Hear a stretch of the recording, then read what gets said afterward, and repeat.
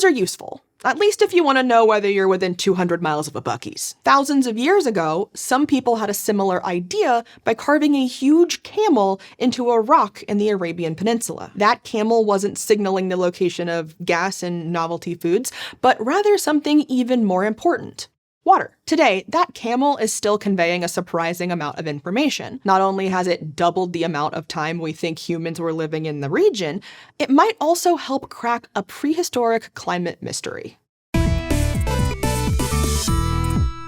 The timeline of human habitation on the giant peninsula southeast of the Fertile Crescent is long, but it's not continuous. Arabia has always experienced wetter and drier periods, and there's evidence that humans have been taking advantage of the grasslands these wet periods provide for hundreds of thousands of years. But the dry periods have rendered it pretty inhospitable. For instance, during the last glacial maximum 25,000 to 20,000 years ago, the entire globe got colder and drier. Conditions in Arabia became pretty intolerable for prehistoric people. When things got chilly and dry, humans skedaddled out of there for at least 5,000 years.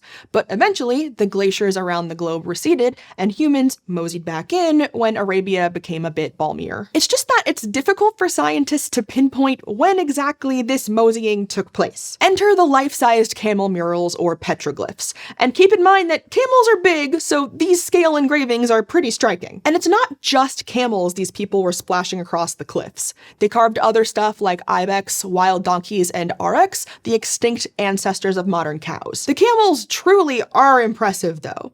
They can even be identified as males during the breeding season, sporting furry coats only seen in the wet winter time when it's time to make more camels. 130 of these naturalistic animal engravings were found at 3 sites around Saudi Arabia, including 18 in the Sahut area south of Saudi Arabia's Nafud Desert. These animals marked important desert water sources, and if we could date them, they might even solve the question of when Arabia became habitable to humans and animals again after the climate temporarily rendered it a wasteland. The thing is, it's really tricky to determine the age of rock carving. Radiocarbon dating is a great way to tell the age of a very old thing because carbon is present in all living things, and it begins to decay at a predictable rate once the thing dies. But you can't really date geological formations that way because nothing is formerly alive. Previously, researchers dated fireplaces to estimate human habitation in the region went back about 7,000 years, but they admitted that this was a very rough estimate. But before we get to how old the site actually is, here's a quick break. This SciShow video is supported by JUMP, the statistical analysis software trusted by nonprofits. And we're big fans of nonprofits here at Complexly, like WildTrack, a nonprofit that's transforming wildlife conservation. Instead of disturbing endangered species, WildTrack uses footprints to protect them, and then analyzes that data using JUMP. And you can be a part of it. WildTrack relies on hikers to share images of animal footprints.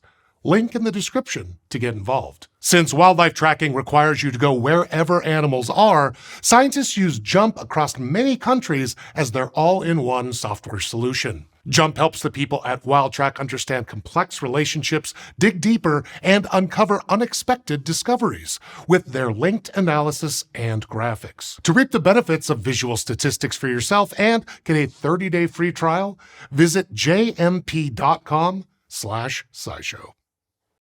In a 2025 paper, the same research team dated the carvings themselves and almost doubled that figure. They found a little tool similar to those found at petroglyph sites around the world from Europe to South America. This engraving tool, called a pecking tool, was found directly beneath an engraving of 2 giant camels. Through a different technique called luminescence dating, the tool was determined to be used around 12,000 years ago. Luminescence dating works differently from radiocarbon techniques because it measures the energy built up since the last time the crystalline minerals, like silica, found in quartz or feldspar rock, were exposed to sunlight. The process can tell researchers when that particular layer of sediment was last exposed to sunlight. Of course, this tells us more about the layer of sediment, the pecking tool was found in than anything, but that layer did include other trappings of human habitation, like arrowheads and beads made of stone and shell. And if you find rock art and also a tool used to make rock art,